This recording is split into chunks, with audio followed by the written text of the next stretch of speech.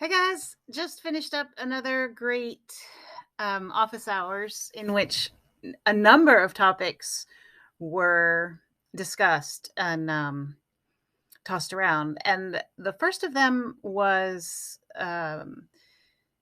all was in response to a Monday message that I sent out about the experience that I had with my own son and an aha moment that I had, and just the emotional energy that's required of us when we well, not just the emotional, but the mental and emotional energy that's required in this parenting journey of a neurodiverse child, and the emotional journey that we as parents go through. And it's kind of related to the cycle of grief, because there's acceptance, there's disappointment, there's hope, there's fear. One thing that was brought up tonight, there's resentment at times, right? Just frustration that leads to resentment. Um, it's having a child that has needs that you weren't anticipating or expecting, and adjusting to that and working with the guilt that you have for having those feelings. And so it's very complex and messy, and continuing to move through those emotions, um, getting a therapist if needed, and not being afraid to be vulnerable and ask for help, and look for the helpers, the places where you can be vulnerable and share your story safely. Um, because society has one way of saying we're supposed to be parents, right? Um, and the kids that we have, when we use those techniques, it just doesn't work. And so the other piece that was talked about, is that other people don't necessarily understand, um, nor did we necessarily understand that this was what was going to be required and what it was going to be like. And so there's some level of like self-doubt that happens as a part of that emotional journey. Like, what's wrong with me? Why can't I do this?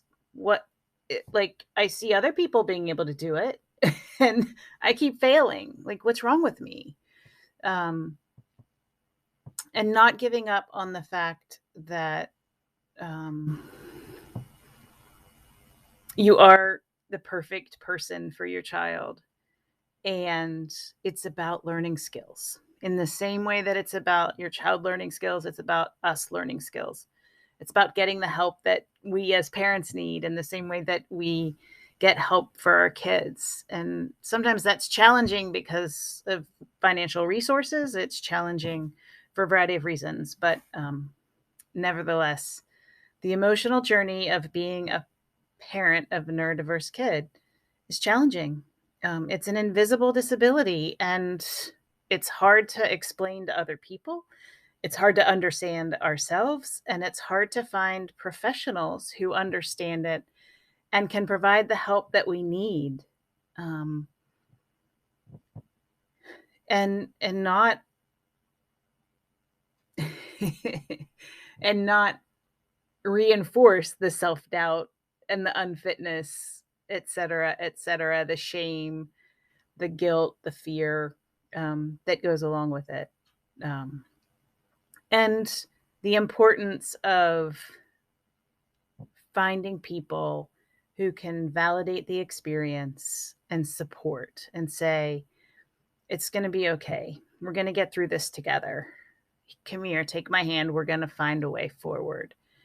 Don't give up hope. Don't lose hope. And let's have some laughter, right? Get away from it all. And why self-care can be so important. So that'll be another tiny tidbit at some point. But just wanted to name this emotional journey, um, that cycles through so many different emotions, and can happen, pretty quickly, that we can cycle through some of them. So um, there is celebration in it too, and there is joy. And that comes from the connection, hopefully, that ultimately each of us is able to find with our kids. So that was one topic. More to come.